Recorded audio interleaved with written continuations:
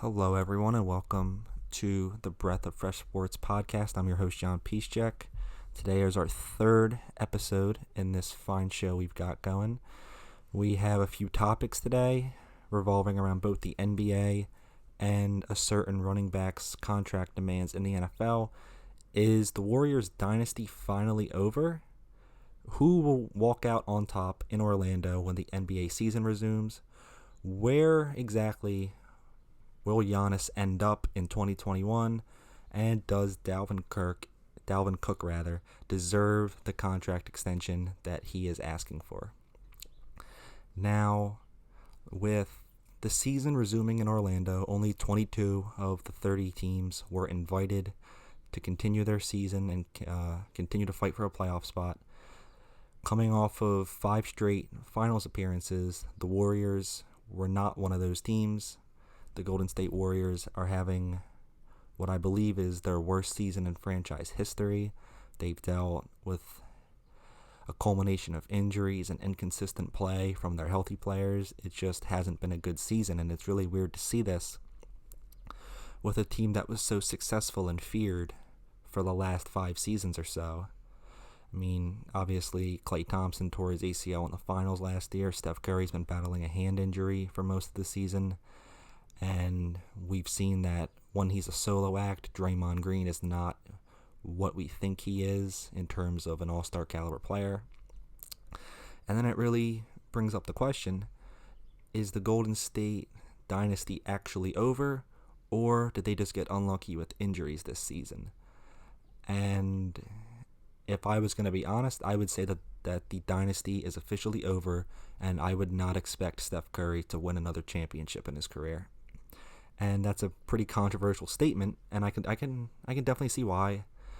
He is still the best shooter of all time, and paired with Klay Thompson, they are maybe the most lethal duo of all time, depending on how you look at things. You can say Shaq and Kobe, but Steph and Klay complement each other unlike none other. And the reason I say Steph Curry isn't going to win another championship is because I look at what they have to work with at the moment.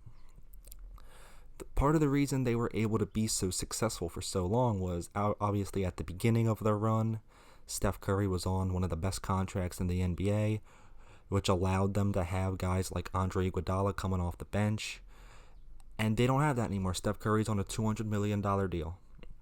Klay Thompson just signed an extension in free agency worth a lot of money. And then to really top things off, Draymond Green signed a $100 million contract extension this past offseason. So suddenly that cap flexibility that allowed them to bring in those role players like Andre Iguodala, Andrew Bogut, Sean Livingston, that's all gone. And it's just, you look at what they have to work with. Suddenly all that money is gone. They've heavily invested in those top 3 players. And when you look at things on paper, Kevin Durant, Klay Thompson, and Steph Curry versus Kyrie Irving, LeBron James, and Kevin Love. I would say that those big 3s are pretty equal in terms of skill. Maybe you give one a slight edge, but I would say they're pretty close overall. The reason that Golden State was able to beat Cleveland so consistently was not because they had better superstars. It was because when the postseason rolled around, they had the depth that they can throw at people. They had Andre Iguodala playing defense and hitting threes when he's asked to. They had Sean Livingston with his mid-range game. Obviously, Andrew Bogut as a rim protector. They had the depth because they could afford to do so. We are likely not going to see that in Golden State's future. Obviously, they were unable to retain Andre Iguodala and his $18 million cap hit. They were forced to trade him to Memphis, who subsequently traded him to the Miami Heat. Sean Livingston retired. Andrew Bogut's playing in Europe. Suddenly, all that depth, who they weren't superstars, they weren't even stars, but they were leaders and they did their job to perfection. Those guys are gone. Now it's heavily reliant on Steph Curry, who even before his injury was in the midst of a horrible season in terms of efficiency.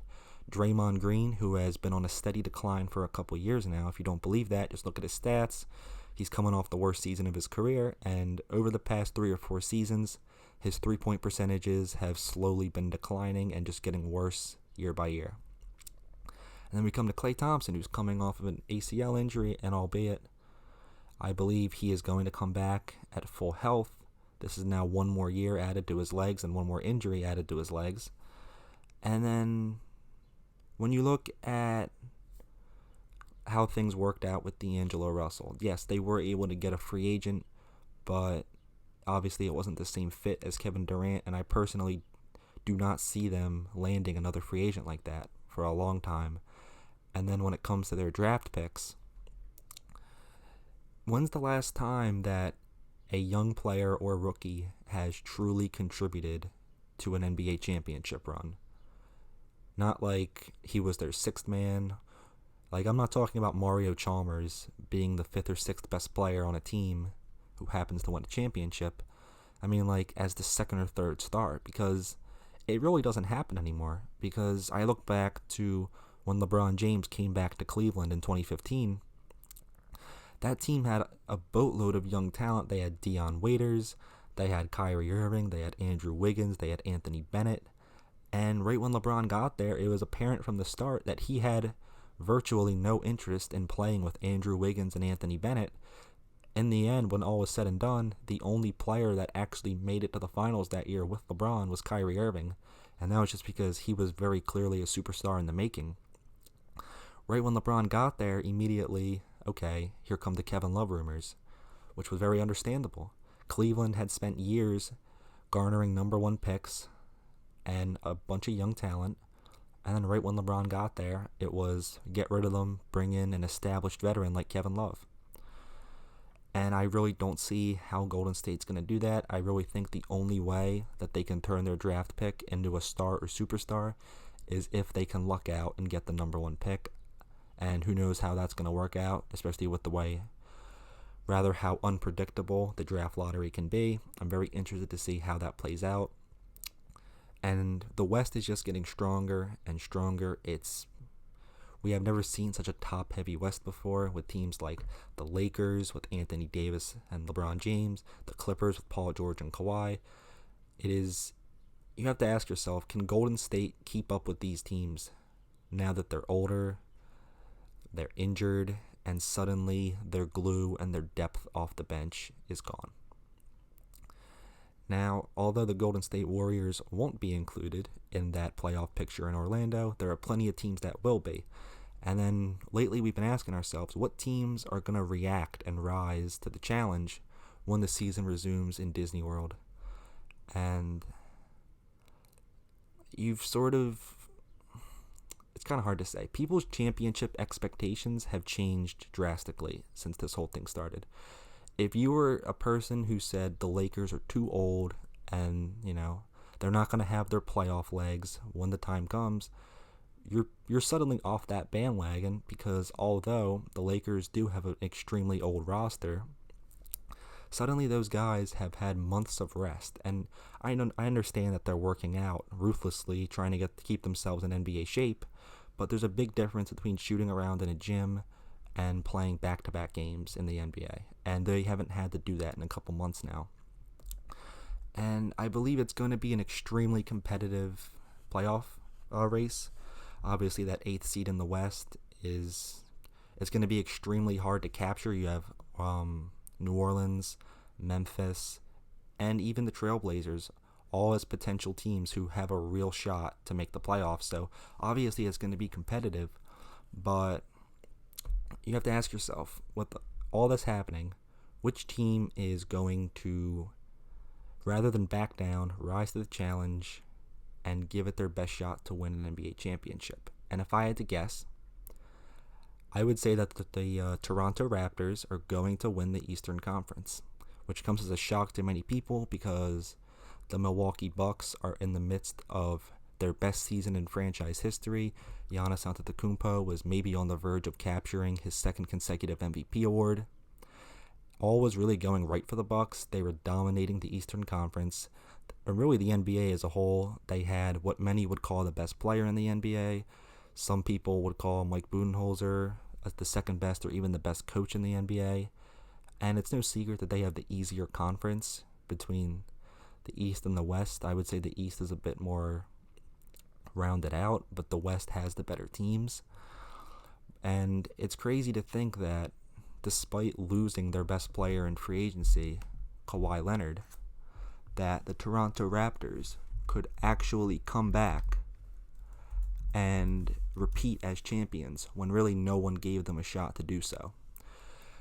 Analysts all season long have actually been saying that maybe the Raptors are the worst team to defend their NBA title, because obviously Kawhi Leonard was a huge part in that. He hit a lot of big shots. He was their best player and their superstar. But in his absence, so many guys have stepped up and they're having the best seasons of their career. Obviously, Marc Gasol's numbers aren't pretty, but he is still one of the best paint defenders in the NBA, and he brings veteran and now championship experience to any team. Kyle Lowry is having a magnificent season when a lot of people doubted if he could lead a team to the promised land.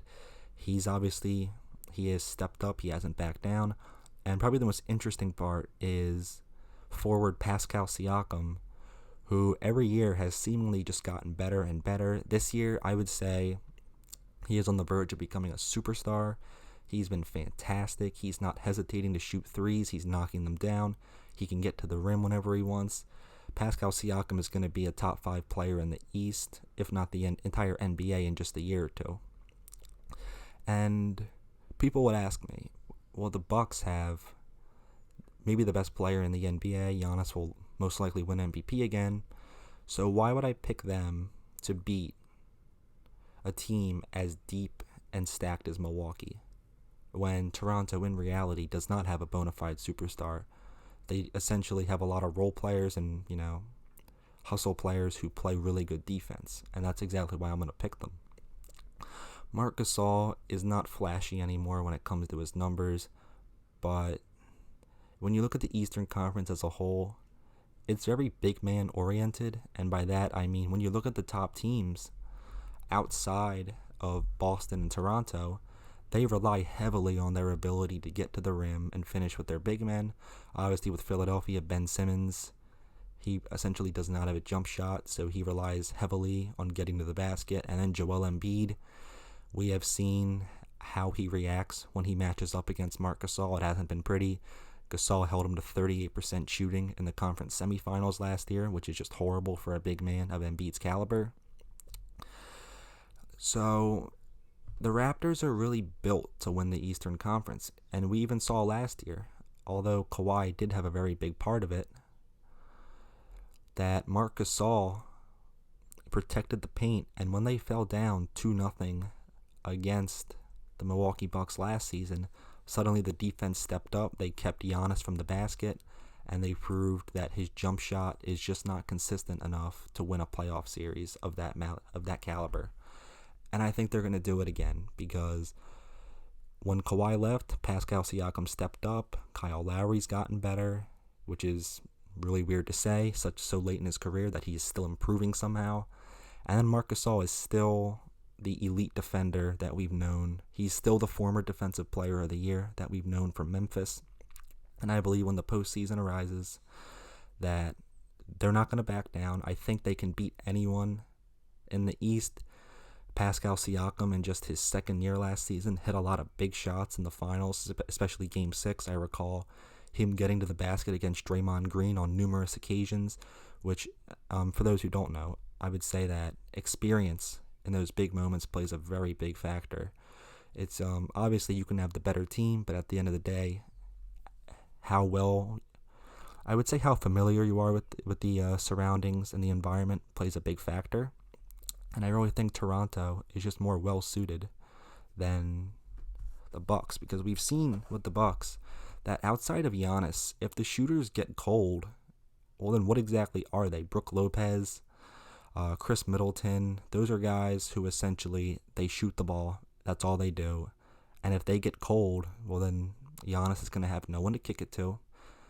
And teams will just keep him from the basket, and that's all they'll have to do to beat the Bucks, which obviously is easier said than done. But I believe the Raptors have better coaching. They have overall better defense as a team. And I believe they have a lot of big shot makers with guys like Kyle Lowry and Pascal Siakam, who hit shots when it counted in the finals against Golden State last year. There's no doubt in my mind that the Toronto Raptors are going to win the Eastern Conference. But the question would be, who are they going to meet from the West? And obviously, we know I'm a big LeBron James fan, but the Los Angeles Lakers would hands down be my pick to win the Western Conference. And obviously, I'm not delusional. I believe that in terms of how deep a roster is, that the Clippers have the best team in the NBA. But chemistry-wise, things just haven't really worked out for them this year. There was a point where their backup center, Montrezl Harrell, was quoted making comments about the way they play as a team. And I think that says a lot about a team's chemistry, especially they kind of remind me of the 2018 Cleveland Cavaliers before the trade deadline, where they had Derrick Rose, Dwayne Wade, Jay Crowder, Isaiah Thomas. They had so much depth, but at the end of the day, despite all those big names and such, they didn't play well together. And obviously, I'm not saying the Clippers don't play well together. Not to the extent that the Cavaliers did. They were just a terrible team overall. The Clippers are still a really good team. It's just, you look at some of the games they've had, they've given up. I mean, going into this season, we were all talking about, it's going to be their defense. Defensively, the Clippers are going to lock down everyone. They've given up 135 points to the Knicks, 130-something points to the Memphis Grizzlies, and you have to ask yourself, well, yes, we have accumulated a lot of really good defenders, but do they fit well together? And despite what everyone says, I don't think acquiring Marcus Morris at the trade deadline was a very good move. I mean, we praised his three-point shooting, but there's a reason that wasn't around for the first half of his career, and it's because in a reduced role, he isn't going to hit those shots. The only reason Morris was putting up such staggering numbers and percentages was because he was, for the first time in his career, a volume player. He's obviously not going to be that with the Clippers. So I really don't think he's going to fit into his reduced role. And just all around, the Clippers have been very inconsistent. And I feel like every year there's a team where we say, okay, they've got all the talent, they're not playing well, but when the playoffs roll around, they're going to flip the switch and they're going to blow everyone out. And every year I feel like that team disappoints. Some examples, I would say back in 2018, the Oklahoma City Thunder had Paul George, Russell Westbrook, and Carmelo Anthony. They struggled all throughout the regular season. And then in the postseason, it was, okay, well, Carmelo's just saving himself for the playoffs. We're going to have playoff P with Paul George. And then they lost in the first round to a Jazz team that was led by a rookie Donovan Mitchell. I just feel like every year there's that team where we're saying, just wait for the playoffs. They're saving themselves for the playoffs. And that's just not how it works. You can't enter the playoffs without that pre-existing chemistry from the regular season. And I think that the Lakers probably have the best chemistry in the NBA. They're a very close locker room. One of my favorite videos from this past season was when they acquired Markieff Morris. The way they welcomed him to the locker room, and I believe he was quoted saying like, "Oh, you guys are a team." Like he had never been around anything like that before, and I think that speaks volumes. At the end of the day, I believe that the Clippers just do not have the chemistry to compete with a team like the Lakers. Although Kawhi Leonard is a really good player, he's a great player, coming off a season in which he won Finals MVP. He's a 2-time NBA champion. It's just, you can't wait for the playoffs and then just decide, okay, now we're going to play. That's not how it works.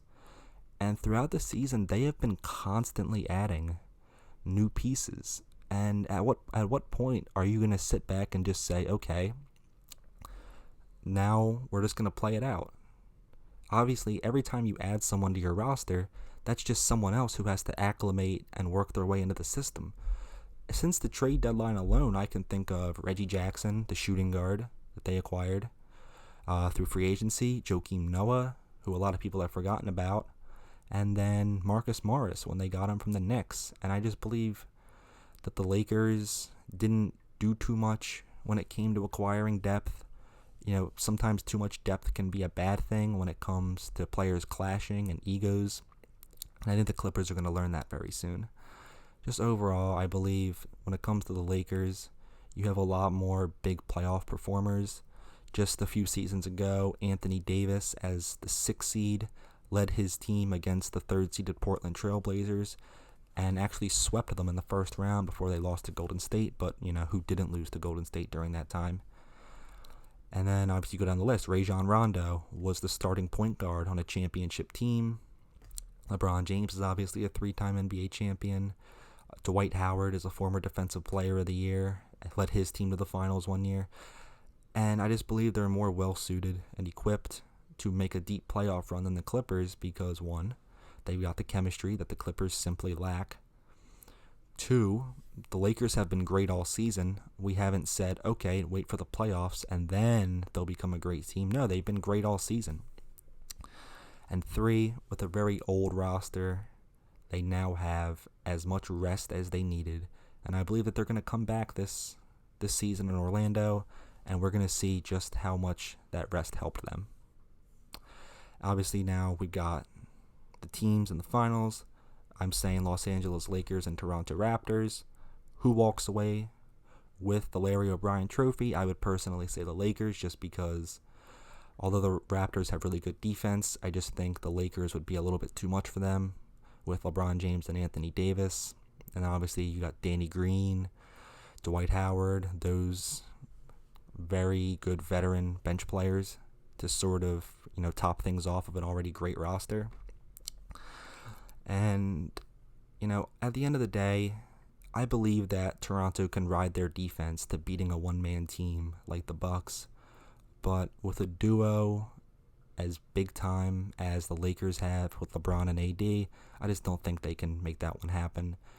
I would say my prediction for the NBA Finals would be Lakers over the Raptors in 5 or 6 games. I believe the Raptors are too good to get swept, but just not good enough to fend off the Lakers as they look to acquire and win another championship to add to their trophy case.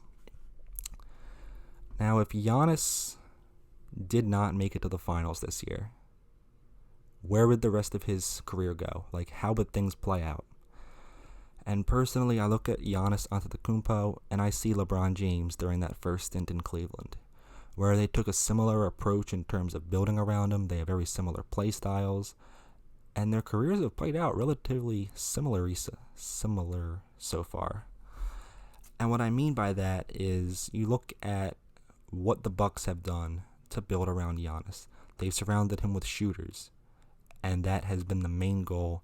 Giannis is going to attack, and he's going to kick it to shooters. Well, you look back to, 2003 to 2010 in Cleveland, every time the Cavaliers acquired a player, the main question was, okay, what's their jump shot like? You look at guys like Delonte West, Daniel Gibson, Zydrunas Ilgauskas could shoot the mid-range a little bit. Larry Hughes, it was just surround him with shooters, he'll get to the basket, and when they double him and collapse, he'll kick it.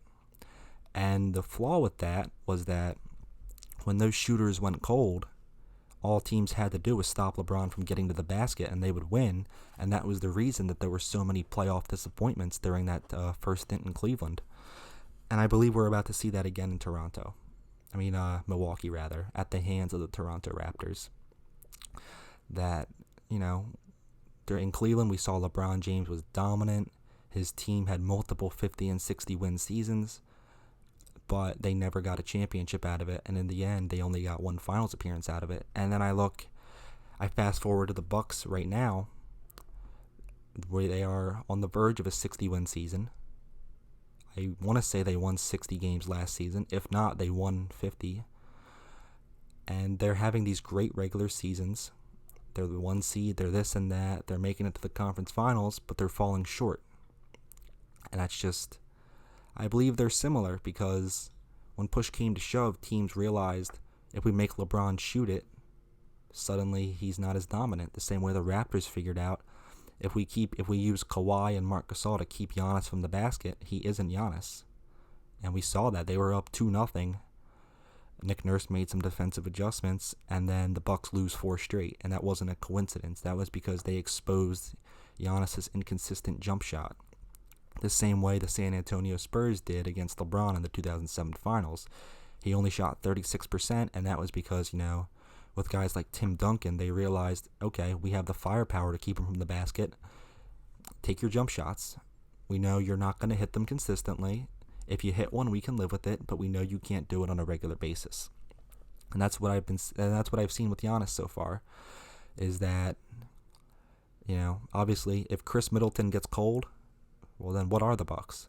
Brook Lopez has been struggling from 3 this year. Giannis has certainly improved, but he still can't consistently hit those 3-point shots. Eric Bledsoe, at one point we thought was maybe a star in the making in Phoenix, and now what is he? He is an inconsistent player, undersized, and can he really be the starting point guard on a championship team? I don't think he can. Just all around him is inconsistent players, and there's not really a true second star, or rather a Robin to his Batman. And how far can that take the Bucks? I don't think it can take them to a championship.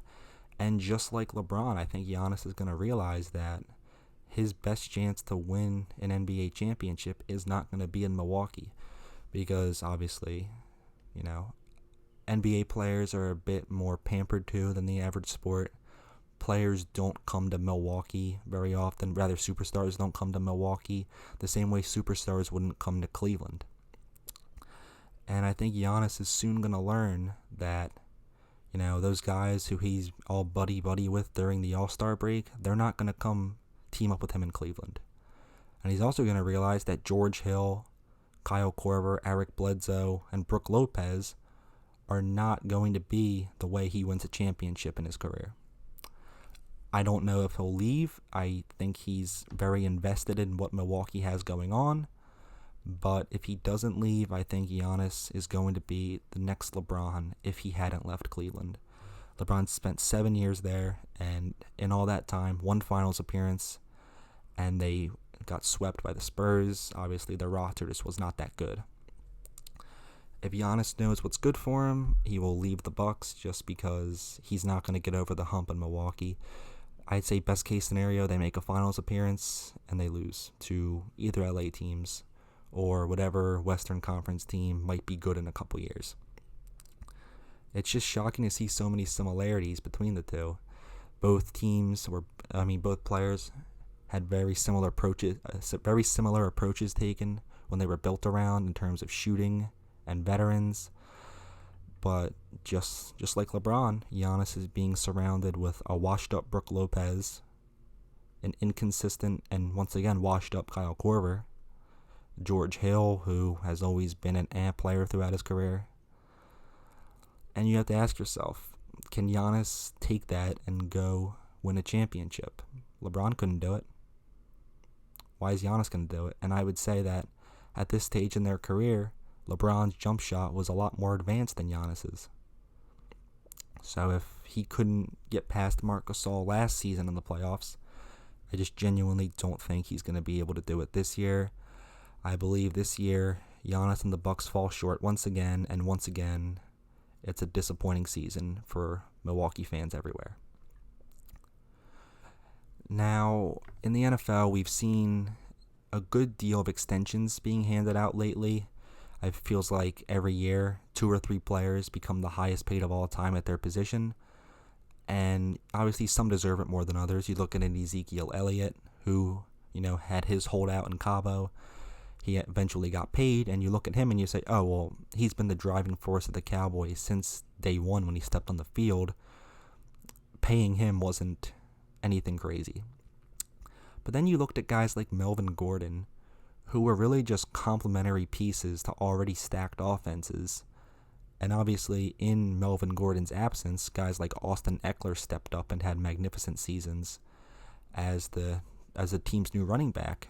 And at the end of the day, it ended up hurting Melvin Gordon by sitting out, because he proved that his value was nowhere near as big as he thought. Without him, Austin Eckler stepped up, and suddenly the Chargers have themselves a new feature back that they probably wouldn't have gotten to scout and give reps to if Gordon hadn't held out. And at the moment, we have Dak Prescott holding out for a contract with Dallas. Last season, guys like Jared Goff and Carson Wentz got paid. Year before that, I'm trying to think, but I know throughout the years we've had Matt Ryan, Derek Carr, Matt Stafford, just player after player getting these massive contracts. And now the rumor is that Minnesota Vikings running back Dalvin Cook is set to be the next name on that list, as he plans on holding out from Vikings activities, and he wants not quite record-breaking money, but Ezekiel Elliott money has been thrown out there. And it's guys like Dalvin Cook that are essentially ruining the running back market, because what exactly has Dalvin Cook done to show that he warrants a contract even half as big as Ezekiel Elliott's? When you're a running back, the reason that they very rarely get these big second contracts is because the wear and tear on your body simply adds up over time, and by the time year 6 or 7 rolls around, you're usually not the same player as you were in year 3 or 4. And Dalvin Cook is the furthest thing from an exception to this rule. Cook has been banged up his entire career. During his rookie season in Minnesota, he's played in just 4 games before he got hurt.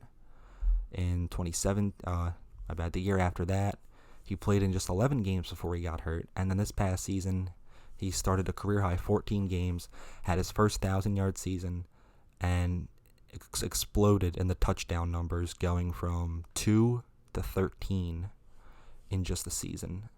And I'll admit, Dalvin Cook is a very good player. I don't think he's an elite running back, but I would not hesitate to put him in that second class with guys like Leonard Fournette. Who else would I say? When you get the gist of it, where they're not Ezekiel Elliott, they're not Le'Veon Bell, they weren't Todd Gurley before he obviously declined as rapidly as he did, and he's just not that guy. He is not the most important part of the Vikings offense. If he was, he would actually have to be on the field for more than a season.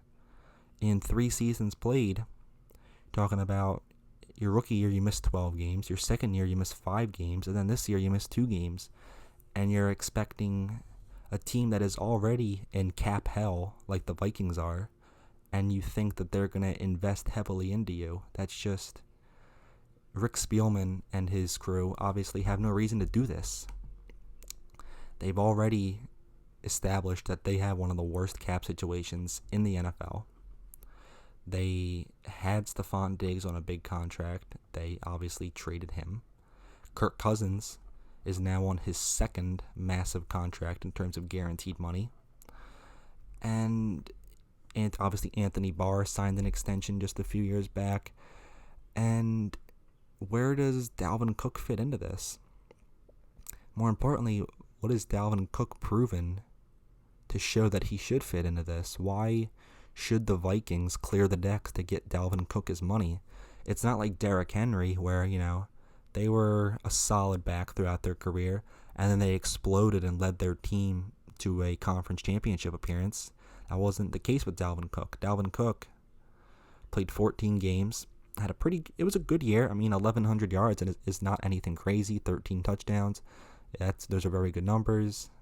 But then his team, they lost in the divisional playoff to the Niners, and they lost in pretty horrid fashion. They got blown out by San Francisco. And obviously Dalvin Cook, it wasn't like a Derrick Henry situation where Cook just carried them to the playoffs. He, single-handedly beat New Orleans in the wild card. That's not what happened. Kirk Cousins had a good year. Kirk Cousins played good against the Saints. And it's just, how can you sit here and say that Dalvin Cook, after a year where he finally played a respectable amount of games, he finally had a 1,000-yard season, finally had double-digit touchdowns, and finally contributed to a playoff win. And that's all we needed to see for us to say, okay, either highest paid in the league in terms of salary at his position, or one of the top 5. He simply doesn't deserve that, because Dalvin Cook is not even a top 5 running back. And we're supposed to pay him like that after one good season and one playoff win. And the reason that I side with the Vikings so much is because, they're a good team, but they've just invested too much cap in average to subpar players, and Cook would be no exception to this. And Minnesota, Vikings fans everywhere, things are just going to keep getting worse for you. If you give Dalvin Cook a contract like this, it will be a mistake that will come back to haunt you for years. It might not set in immediately, but paying Dalvin Cook a contract like that would be one of the worst decisions in franchise history, as they would now invest in not one but two average players who are now overpaid. And it would take an already bad salary cap situation and make it 10 times worse in a rising NFC North, led by the Lions, who it looks like for the first time in years are finally building a defense. The Bears, who brought in Nick Foles to compete for their starting job. It would finally give them a solid quarterback to pair with their magnificent defense. And obviously the Packers went 13-3 last year. They have Aaron Rodgers, and now they have their quarterback of the future, Jordan Love, sitting on the bench.